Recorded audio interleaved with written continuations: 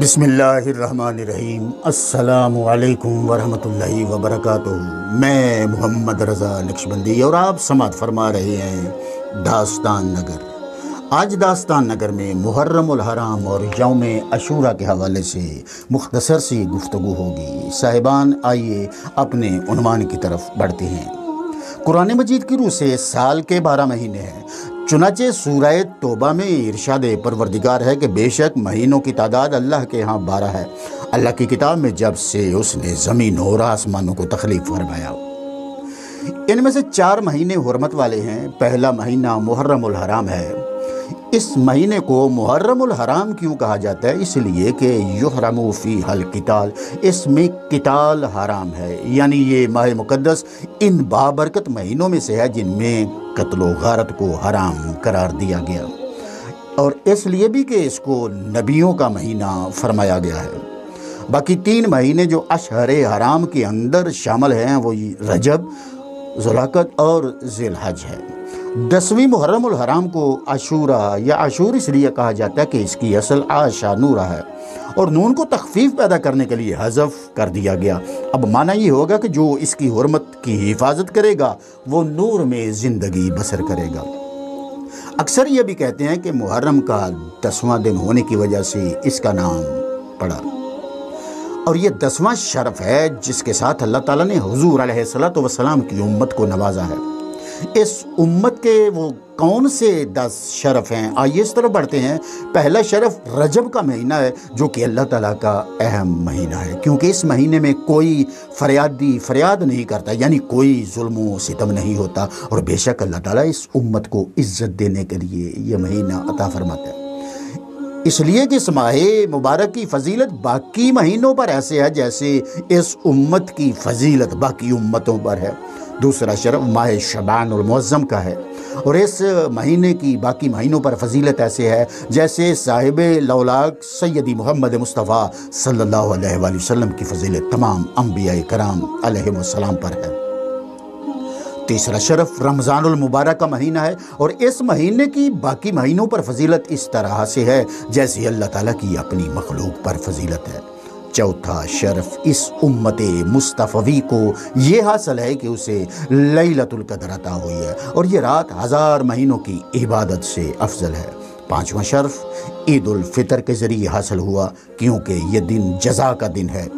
6واں شرف ایام العشر یعنی 10 دن والیالین عشر، یہ اللہ تعالیٰ کی یاد کے دن ہے۔ 7واں شرف یوم عرفہ ہے، اس دن کا روزہ 2 سالوں کے گناہوں کا کفارہ ہے۔ 8واں شرف یوم النحر ہے، یعنی قربانی کا دن، اور یہ قربانی عید الاضحیٰ کا دن ہے۔ 9واں شرف جمعۃ المبارک کا دن ہے کیونکہ یہ تمام دنوں کا سردار ہے، سید الایام ہے جمعۃ المبارک۔ اور 10واں شرف یوم عاشورہ ہے، اس دن کا روزہ 1 سال کے گناہوں کا کفارہ ہے، اور ان دنوں کی ہر گھڑی میں اللہ تبارک و تعالیٰ اس امت کے گناہوں کا کفارہ اور اس امت کی خطاؤں سے طہارت کا سامان عطا فرما کر شرف سے نوازتا ہے۔ بعض علماء کرام یہ فرماتے ہیں کہ یوم عاشورہ کو یہ نام اس لیے دیا گیا ہے کہ اللہ تعالیٰ نے اس دن میں 10 نبیوں کو 10 عظمتوں سے نوازا تھا۔ پھر اس دن کو یوم زینت بھی کہا گیا ہے۔ چنانچہ حضرت عبداللہ ابن عمر رضی اللہ تعالیٰ عنہما سے روایت ہے کہ آقا کریم صلی اللہ علیہ وآلہ وسلم نے ارشاد فرمایا کہ جس نے زینت کے دن یعنی یوم عاشورہ کا روزہ رکھا، اس نے اپنے باقی سال کے فوت شدہ روزوں کا ثواب بھی پا لیا۔ آئیے صاحبان بڑھتے ہیں 10 محرم کے اہم ترین تاریخی واقعات کی طرف۔ اللہ تعالیٰ نے اس روز حضرت آدم علیہ السلام کی توبہ قبول فرمائی۔ حضرت ادریس علیہ السلام کو اس روز مقام بلند کی طرف اٹھا لیا گیا۔ حضرت نوح علیہ السلام کی کشتی اسی روز جوتی نامی پہاڑ پر ٹھہری تھی، اور اسی روز حضرت ابراہیم علیہ السلام کی ولادت باسعادت ہوئی کہ جن کو اللہ تعالیٰ نے اپنا خلیل بنایا، اور اسی روز نار نمرود سے آپ کو محفوظ فرمایا گیا۔ اسی روز حضرت داؤد علیہ السلام کی اللہ تعالیٰ نے توبہ قبول فرمائی۔ اسی روز حضرت سیدنا سلیمان علیہ السلام کو حکومت واپس ملی۔ اسی یوم عاشورہ کو ہی اللہ تعالیٰ نے حضرت ایوب علیہ السلام کی تکلیف کو رفع فرمایا۔ عاشورہ کے روز ہی اللہ تعالیٰ نے حضرت موسیٰ علیہ السلام کو سلامتی سے سمندر پار کرایا اور فرعون کو غرق کر دیا گیا تھا۔ یہی دن تھا جب اللہ تعالیٰ نے حضرت یونس علیہ السلام کو مچھلی کے پیٹ سے نجات عطا فرمائی تھی۔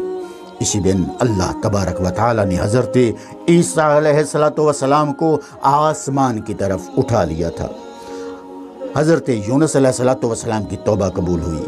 یہی وہ دن تھا حضرت عیسیٰ علیہ السلام کی ولادت باسعادت ہوئی۔ سیدنا یوسف علیہ السلام قید سے جس دن رہا ہوتے ہیں یہی وہ یوم عاشور تھا۔ حضرت موسیٰ علیہ السلام کی جس دن ولادت ہوئی یہی دن تھا۔ حضرت موسیٰ علیہ السلام اسی دن جادوگروں پر غالب آئے تھے۔ حضرت یعقوب علیہ السلام کی بینائی دوبارہ سے پلٹ آئی اور سیدنا یوسف علیہ السلام کنویں سے نکالے گئے۔ اور صاحبان یہی وہ دن ہے کہ حضور نبی کریم صلی اللہ علیہ وآلہ وسلم نے حضرت سیدہ خدیجہ الکبریٰ رضی اللہ تعالی عنہا سے نکاح فرمایا۔ انبیاء کرام علیہ السلام کے ان واقعات کے علاوہ اس روز دنیا کی تاریخ کے یہ واقعات بھی رونما ہوئے، اور ان میں سے ایک واقعہ بھی رونما ہوگا کہ اللہ تبارک و تعالیٰ نے عرش پر اپنی شان کے مطابق استوا فرمایا۔ قیامت اسی روز آئے گی، اسی روز پہلی بارش نازل ہوئی اور اسی روز پہلی رحمت نازل ہوئی۔ اور یہی وہ دن ہے صاحبان کہ سیدنا حضرت امام حسین رضی اللہ تعالی عنہ نے مرتبہ شہادت حاصل کیا۔ یوم عاشور کا روزہ بہت فضیلت رکھتا ہے۔ اس دن کا روزہ اسلام سے قبل اہل مکہ اور یہودی لوگ بھی رکھا کرتے تھے۔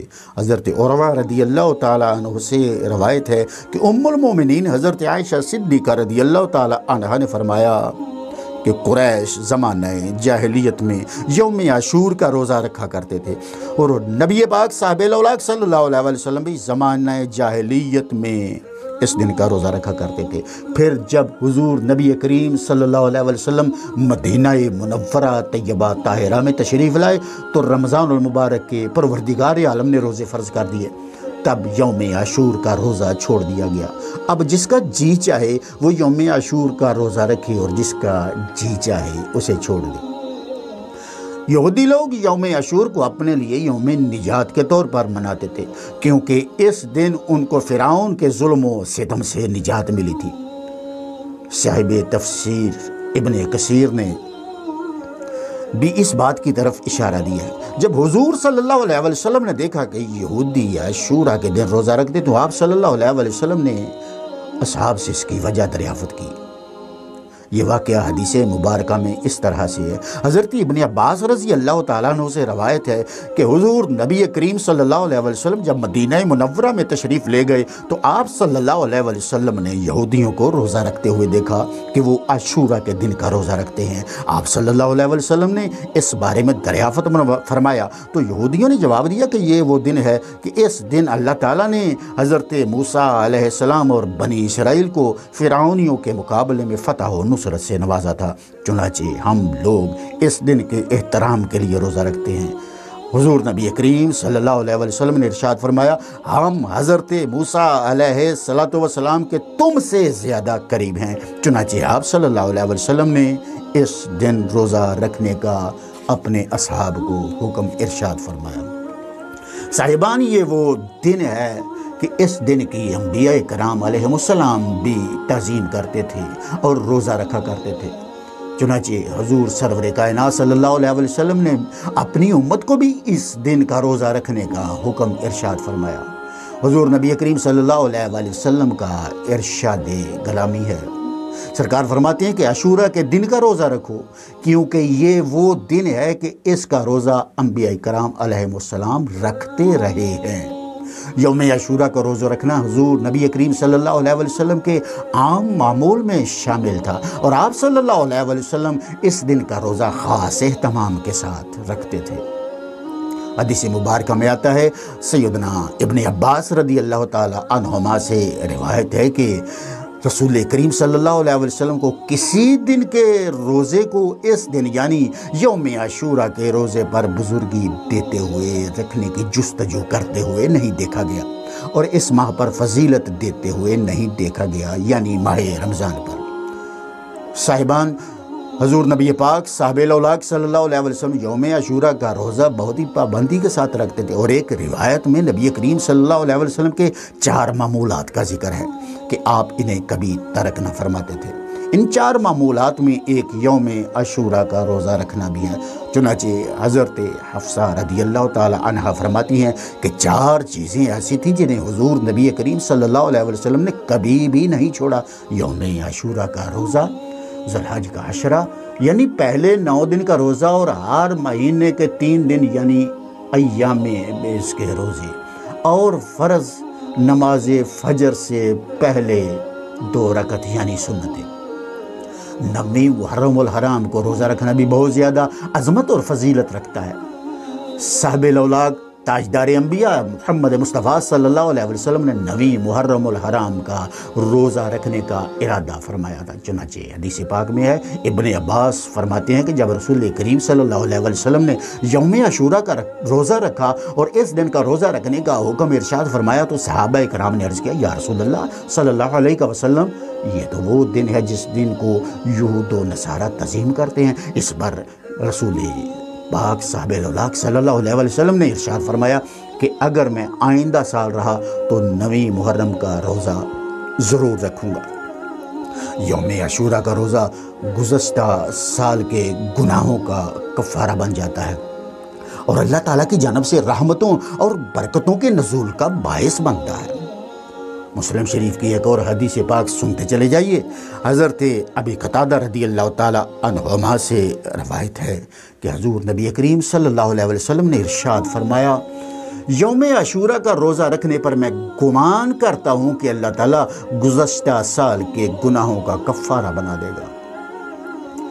صاحبانہ، آخر میں اس جانب اپنی گفتگو کو بڑھاتے ہیں کہ اس دن کی سخاوت کی کیا فضیلت ہے۔ حدیث پاک میں آتا ہے کہ نبی پاک صلی اللہ علیہ وسلم نے ارشاد فرمایا، جس نے کسی مسلمان کا عاشورہ کے دن روزہ افطار کرایا وہ ایسے ہی ہے جیسے اس نے ساری امت محمدیہ کو خوب پیٹ بھر کر افطاری کروائی ہو۔ سیدنا حضرت عبداللہ ابن مسعود رضی اللہ تعالیٰ عنہ سے روایت ہے کہ نبی پاک صلی اللہ علیہ وسلم نے ارشاد فرمایا کہ جس نے عاشورہ کے دن اپنے اہل و عیال پر خرچ کو وسیع کیا، اللہ تعالیٰ سارا سال اس پر رزق کی وسعت فرماتا ہے۔ حضرت سفیان الثوری رحمۃ اللہ تعالیٰ علیہ نے فرمایا کہ ہم نے اس کا تجربہ کیا تو اسے بالکل ایسا ہی پایا۔ بنی اسرائیل پر سال میں ایک دن جو کہ یوم عاشورہ یعنی 10 محرم الحرام کا روزہ فرض ہو گیا تھا، سرکار نے فرمایا لہٰذا تم بھی اس دن کا روزہ رکھا کرو اور اس روز اپنے اہل و عیال پر وسعت اور فراخی کیا کرو، اور جس نے اپنے مال سے عاشورہ کے روز اپنے اہل و عیال پر ہاتھ کھلا کیا تو اللہ تعالیٰ سارا سال اسے وسعت عطا فرمائے گا، اور جس نے اس روز روزہ رکھا تو وہ اس کے 40 سالوں کا کفارہ بن جائے گا، اور جس کسی نے عاشورہ کی رات بیدار رہ کر گزاری اور دن روزے کی حالت میں گزارا وہ مرتے وقت موت کی تنگی محسوس نہیں کرے گا۔ یہ چند ایک فضیلتیں محرم الحرام اور یوم عاشور کے حوالے سے تھیں جو صاحبان آپ کی سماعتوں کی نظر کی ہیں۔ پروردگار عالم ہمیں ان ارشادات پر، اعمال پر عمل کرنے کی توفیق عطا فرمائے۔